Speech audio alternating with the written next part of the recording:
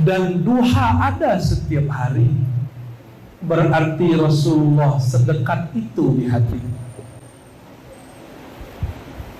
Jadi mau cari Rasulullah nggak usah mimpi, jalani hidup di waktu duha, baca salawat itu. Allah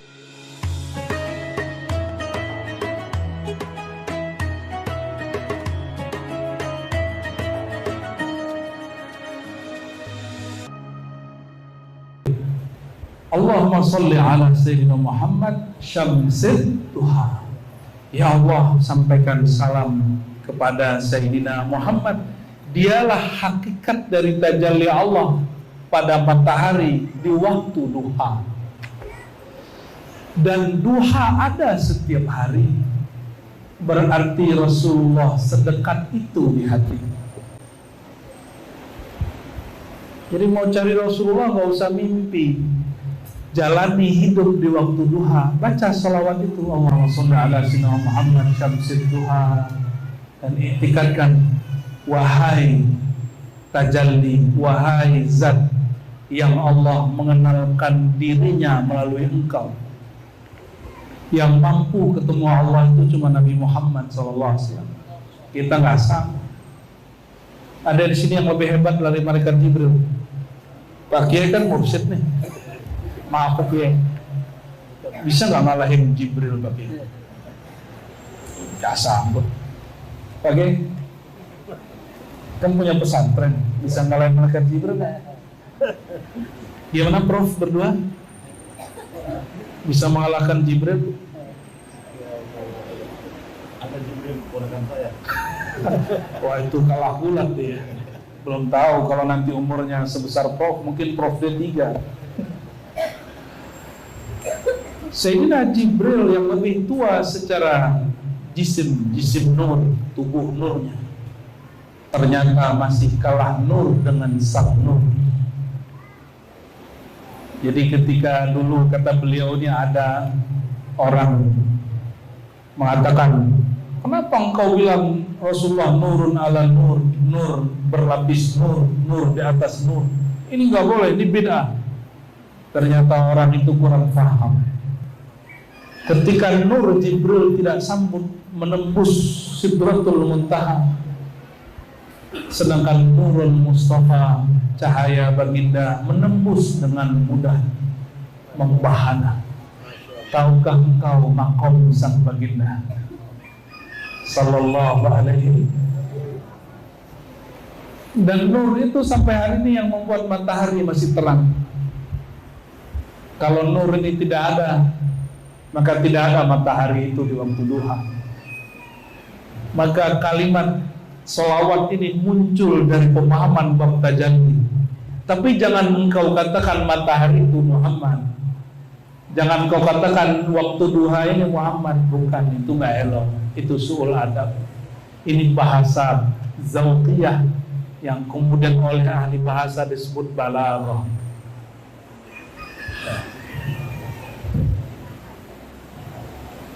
Karena kalau sudah halu, dia pandang matahari, lalu dia katakan engkaulah matahari. Ya, iya, matahari nanti jawab, betul ke matahari.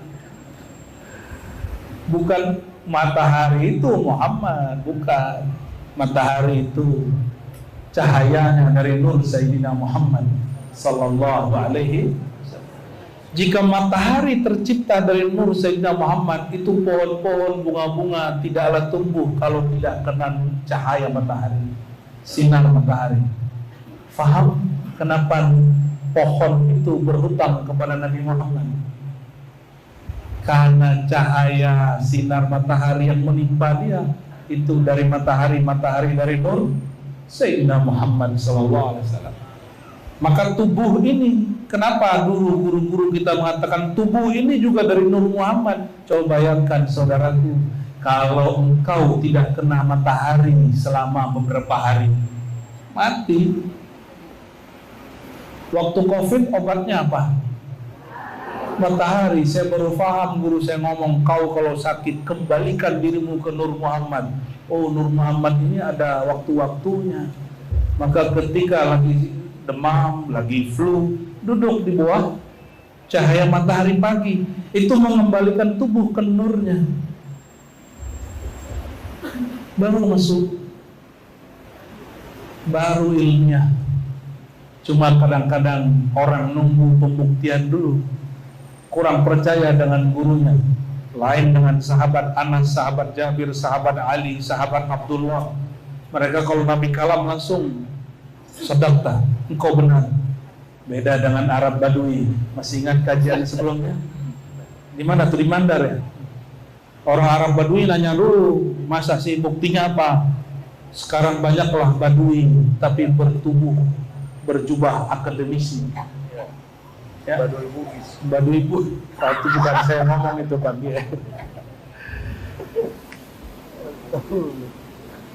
Ayat apa lagi yang dihafal tentang demi Allah bersumpah?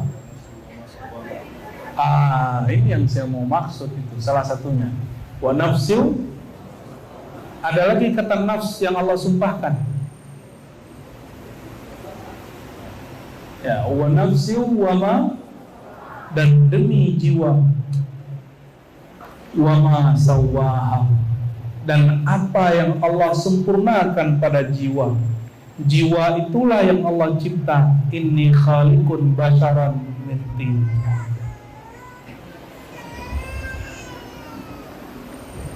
Dan jiwa yang paling sempurna jiwa siapa? Jiwa Nabi Muhammad. Maka disebut al-insan al-kamil. Karena jiwa kita belum sempurna, maka mesti jiwa yang sempurna itu. Wa nafsil wa ma sawwa, demi jiwa dan apa yang telah Allah sempurnakan pada jiwa. Kalau tidak mempertahankan kesempurnaan itu, maka terjadilah, maka Allah mengilhami, fa'alhamaha, alhamaha, Allah alhama.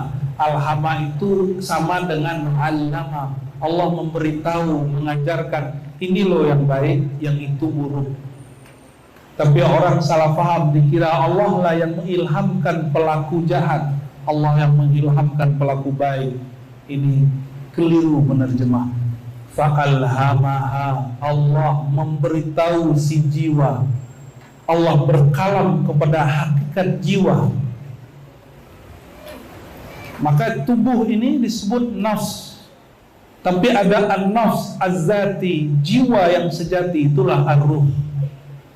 Yang mati berpisah, kullu nafsin dha'iqatul maut. Demi jiwa yang tadi disempurnakan, itu jiwa juga akan mati. Kullu nafsin, tapi an-nafs az-zati tidak mati. Kalau makan, yang ngerasain makan lidah atau jiwa?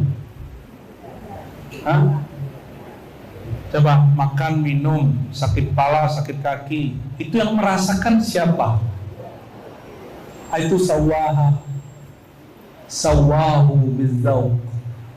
Allah sempurnakan dengan rasa. Jadi sawaha, Allah sempurnakan dengan rasa. Itulah yang kemudian kalau orang kedokteran menyebutnya saraf apa, itu semua cabang dari itu. Saya tanya juga sama Pak Dokter ahli saraf, saraf itu di mana Pak Dokter? Dia bingung juga dia. Cuma dia bilang ini titik-titiknya di sini. Kita coba tunjukkan di mana bentuk saraf itu, bingung juga.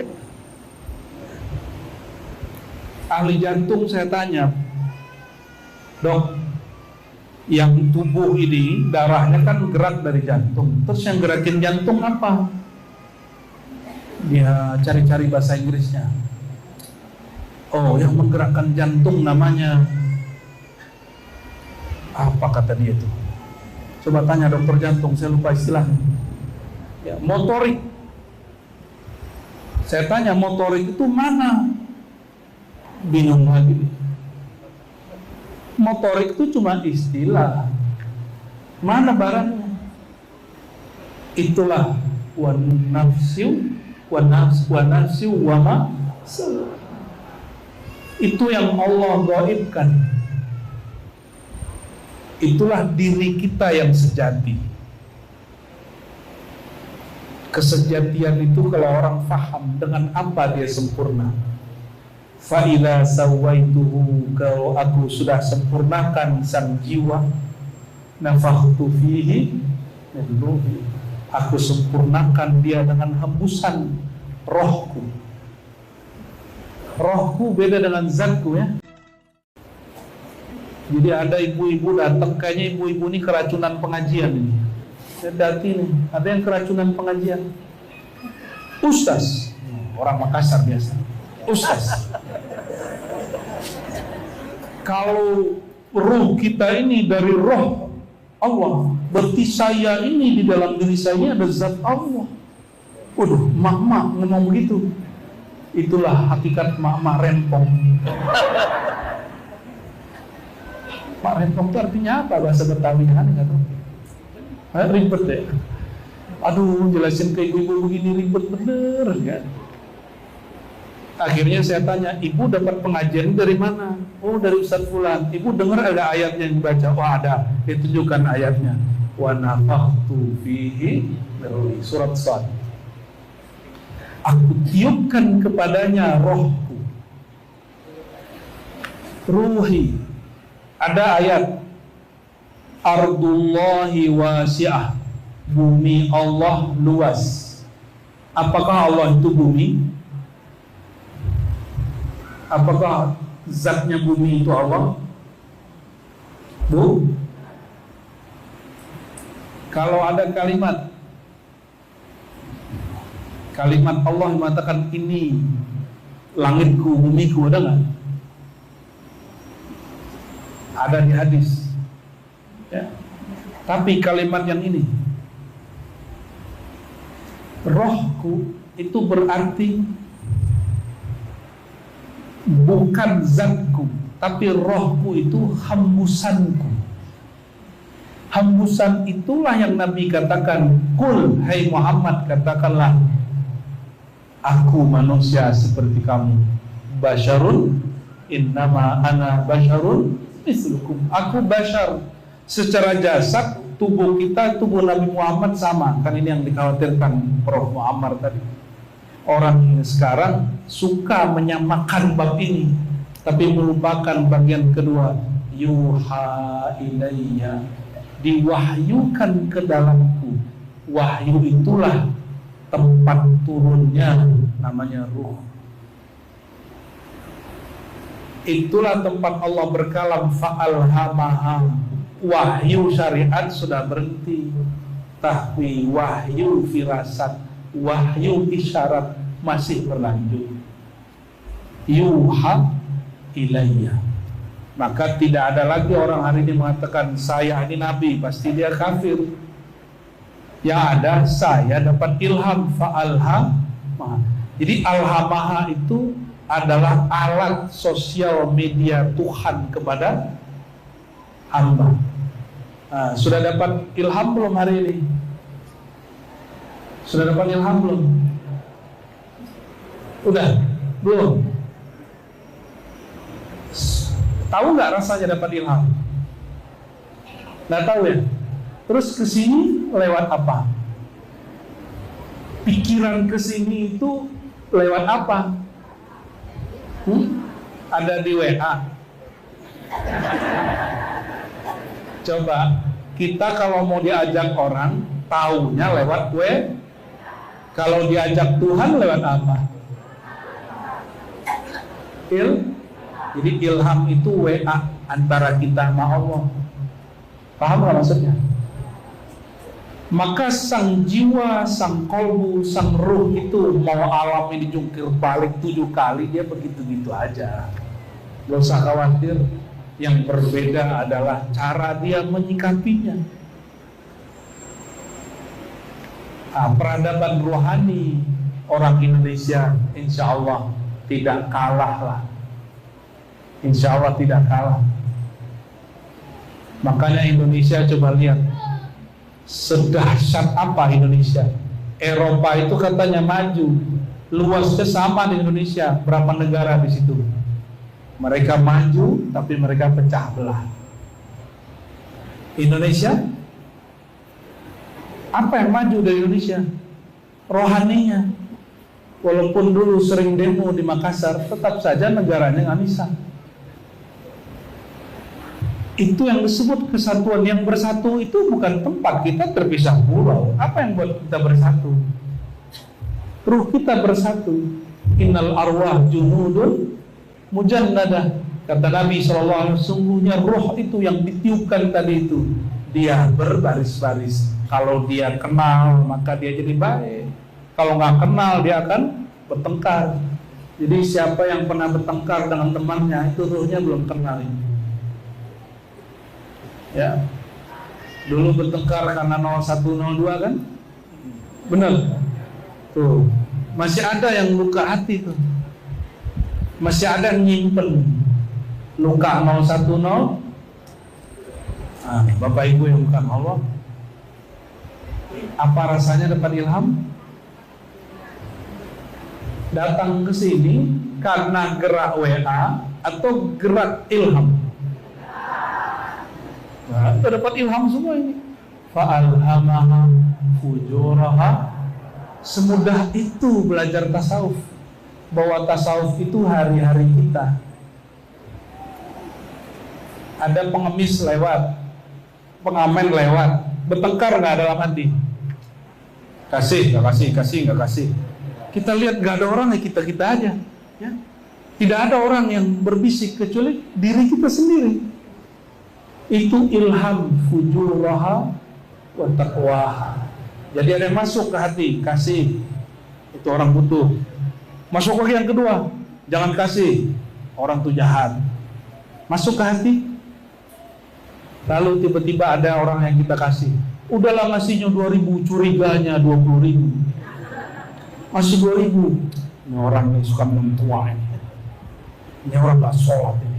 Ini suka narkoba. Ngasih cuma 2. Gak usah ngasih. Itu berkecamuknya ilham di dalam diri. Ini alarm saya, anak saya ini. Udah jam berapa? 2 menit lagi. Sampai jam berapa Pak Haji? Sudah? Intaha? Sedikit lagi. Oh, masih ada.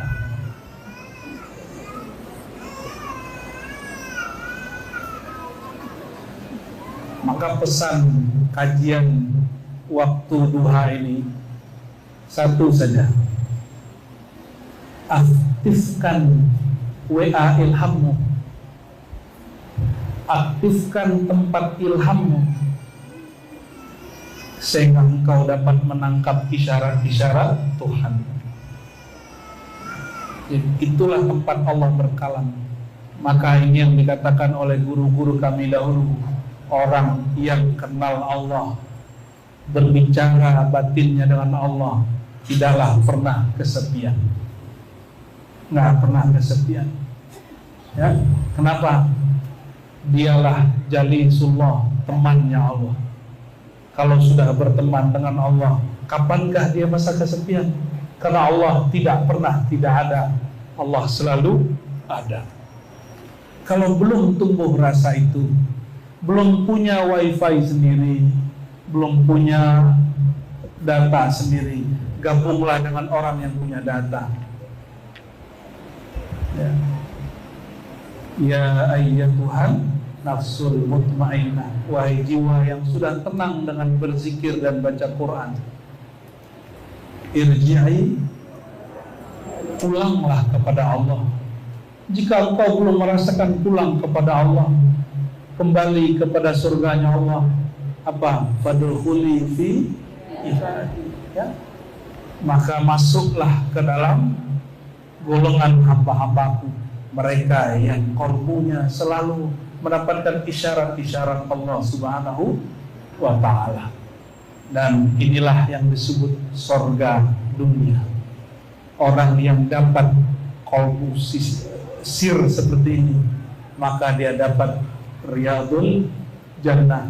Itulah asbabnya kenapa majelis zikir, majelis ilmu disebut taman-taman surga, karena di situ ilham-ilham kebaikan turun dan semua orang siap. Selamat cinta Quran, selamat mengaktifkan tempat ilham. Semoga Allah Ta'ala membimbing kita memahami apa yang fujur, apa yang disebut takwa. Wassallallahu ala sayyidina Muhammad wa ala alihi wa sahbihi wa baraka wa sallam. Walhamdulillahi rabbil alamin. Assalamualaikum warahmatullahi wabarakatuh.